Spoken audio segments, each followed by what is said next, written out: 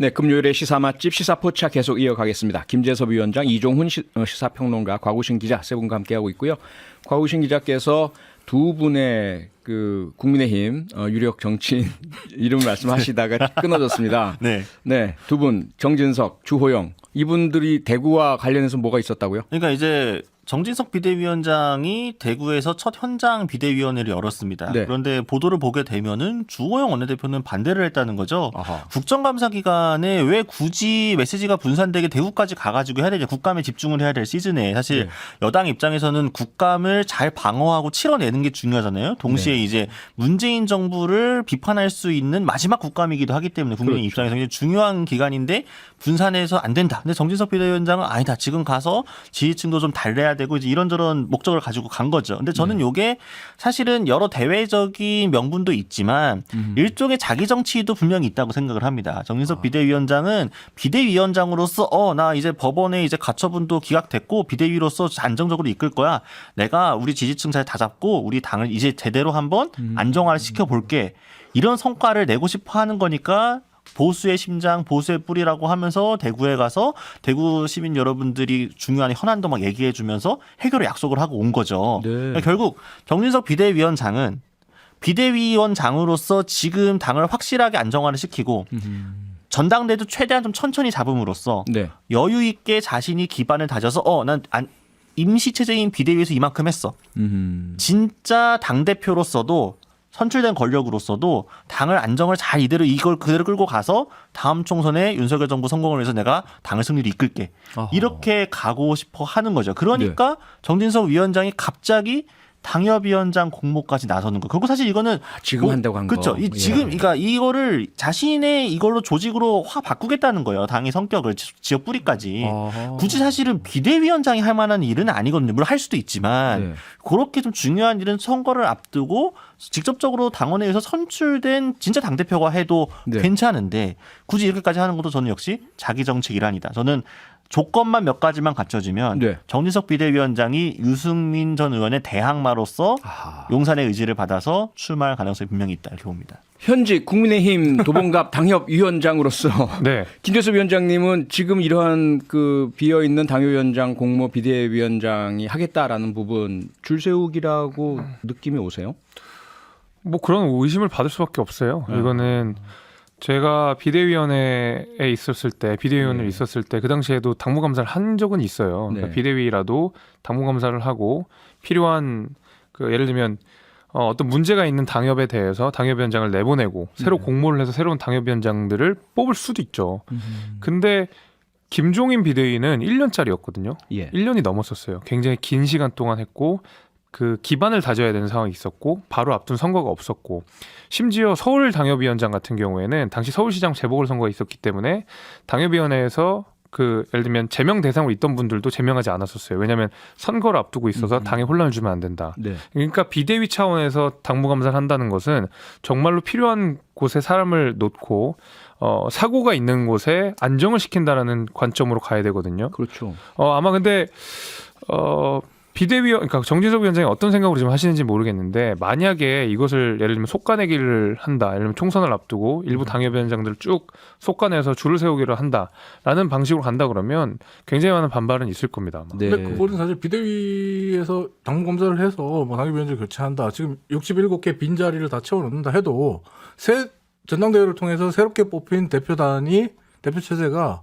또 당무검사를 해서 다 바꿀 수 있어요. 당연히 그렇게 제가 할 볼 수 있죠. 때는 정진석 그 위원장이 지금 과도하게 의혹에 앞서 있는 게 아닌가 하는 생각이 좀 듭니다. 알겠습니다. 네, 부디 소신 원칙 발언 많이 해주시는 김재섭 위원장께 혹시나 당무감사 대상이 될 수도 있어요. 않기를 바랍니다. 네, 마지막 시사 한 주는 김재섭 위원장께서 가져오셨는데요. 어제 저녁 감사원이 서해 공무원 피격 사건에 대한 중간 감사 결과를 발표했습니다. 김재섭 위원장님 이 발표 내용 어떻게 들으셨습니까?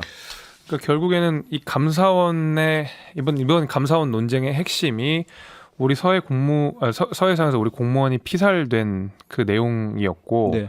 당시 국민의힘에서 이제 계속 문제를 삼는 것, 계속 감사원 이슈가 크게 화제가 되는 것은 문재인 정부 내에서 이 돌아가신 분이 월북했기 때문에 뭐 북한에서 뭐 약간 불가피한 면을 계속 문재인 정부에서 강조를 했었는데 뒤에 드러나는 사실관계들을 보니까 사실 월북이라고 단정할 만한 근거가 없었다. 이게 몇 개월 전에 국민의힘이 계속 말하자면 주장을 했었던 건데 이번 감사 결과를 통해서 그 주장의 힘이 한층 더 강화된 것이거든요. 네. 저는 이제 그런 의미에서 이제 국면이 한 꼭지 넘어갔다고 생각해요. 과거에는 몇 개월 전만 해도 이 서해 공무원 피살된 사건 가지고 너무 정쟁으로 길게 끌고 간다는 비판도 많았는데 이제는 정말 새로운 사실관계 하나가 더 나온 거거든요. 네. 저는 그런 의미에서 이번 건과 관련돼서는 조금 더 깊은 수사를 해야 된다 이런 생각이 좀 듭니다. 네, 수사 필요성이 확인됐다는 말씀이신데요. 이종훈 평론가는 어떻게 보셨어요? 저는 감사원이 뭐 지금 유병호 사무총장을 비롯해서 감사원이 지금 정치를 한다라는 생각을 합니다. 네. 그러니까 지금 말씀하신 감사원의 결과가 아니죠. 그러니까 실시 감사 중이에요 지금. 감사 중간 감사 결과. 중간인데 네. 지금 이거를 언론에 막 다 발표하고 터뜨리고 있죠. 네. 예전에 노무현 전 대통령이 논두렁 시계 같은 그런 느낌이 좀 온다라고 말씀드릴 수 있겠고, 네. 그리고 지금 이거를 감사원이 언제부터 이렇게 언론 플레이했습니까? 왜 이렇게 하는지 모르겠고, 또 유병호 사무총장 같은 경우는 국정기획 비서관과 지금 주고받은 국정기획 수석과 주고받은 문자들 가지고 뭐 여러 차례 지금 국감장에서 말이 계속 바뀌어요. 네. 한 번 연락했다. 여러 차례 했다. 뭐 가끔씩 한다. 사무총장과 국정기획수석이 네, 그런 비판을 지금 민주당 계속 제기하고 있죠. 네. 그러니까 어떻게 보면 네. 이게 감사원의 주장입니다. 네. 네. 곽우신 기자께서 혹시 그 다른 점을 좀 보시는지 이게 크게 보면 좀 두 가지가 있는 것 같아요. 실제 사실관계 부분이 밝혀지고 있는가라는 부분. 두 번째는 절차상의 어떤 문제나 정치적인 어떤 이용의 문제가 있는가.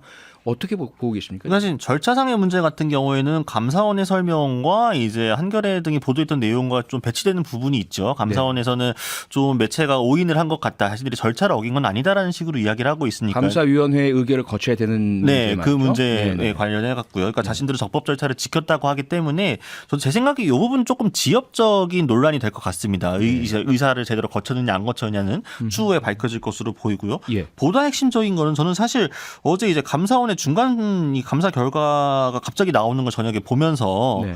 예전에 김용판 전 서울경찰청장이 국정원 댓글 관련 수사에서 중간 수사 결과를 저녁 때 갑자기 발표를 했어요. 맞아요. 그리고 네. 그때 없다. 그런 증거를 찾지 못했다라고 했습니다. 그래서 사실 이게 선거에 상당한 영향을 정치적으로 미쳤죠. 후폭풍이 상당했죠. 네. 근데 결과는 뭐였습니까? 댓글에 개입을 했고 조작했었죠. 그러니까 물론 경찰청장으로서 그 시점에는 정말로 중간 수사 결과 그랬을지 모르겠지만 네. 그 후에 이렇게 비판받는 게 아니 그럼 최종 수사도 아니고 결과적으로 뒤집힌 건데 왜 그 시점에 그렇게 정치적으로 해석될 여지가 크게 했느냐. 사실 이런 비판을 피하기는 어렵거든요. 예. 감사원도 마찬가지로 이번 중간 감사 결과에서 물론 문재인 정부가 당시에 문재인 전 대통령이 그때 지시했던 것과는 다르게 좀 제대로 이렇게 너무 빠르게 단정 지은 거 아니야? 이렇게 다르게 볼 여지가 충분히 있었는데 라는 거거든요. 그러니까 지금 이것도 명확하게 맞아. 문재인 정부가 완전히 조작해가지고 원래 이분은 월북을 한 그런 게 아니었어. 이렇게 나온 게 아니에요. 예. 가능성을 보아하니 여러 것들이 루트가 있었는데 문재인 정부가 되게 빠르게 단정 지은 것 같다라고 중간감사가 나온 거거든요. 네. 그런데 이것은 사실 정치적으로 오인될 수밖에 없고 감사원이 정쟁에 스스로 뛰어드는 모양새라는 거죠. 저는 근데 그리고 이게 맥락을 지금 좀 이 자료가 하나만 더 추가하면 이 자료가 어떻게 보면 감사위원들을 거쳐서 나온 게 아니고 유병호 사무총장이 주도하는 지휘하는 사무처에서 네, 그 그런 부분은 자료잖아요. 짚었고요. 이게 발제자가 김재섭 위원장이니까 발제자 말씀 좀 하시죠. 예. 그러니까 이 서해상의 공무원 피살된 사건 관련돼서 네. 민주당이 처음에 얘기했던 것은 아니 당시 한기호 의원도 월북이라고 이야기를 했는데 왜 이제 와서 딴소리 하느냐라고 계속 이야기를 했고 네.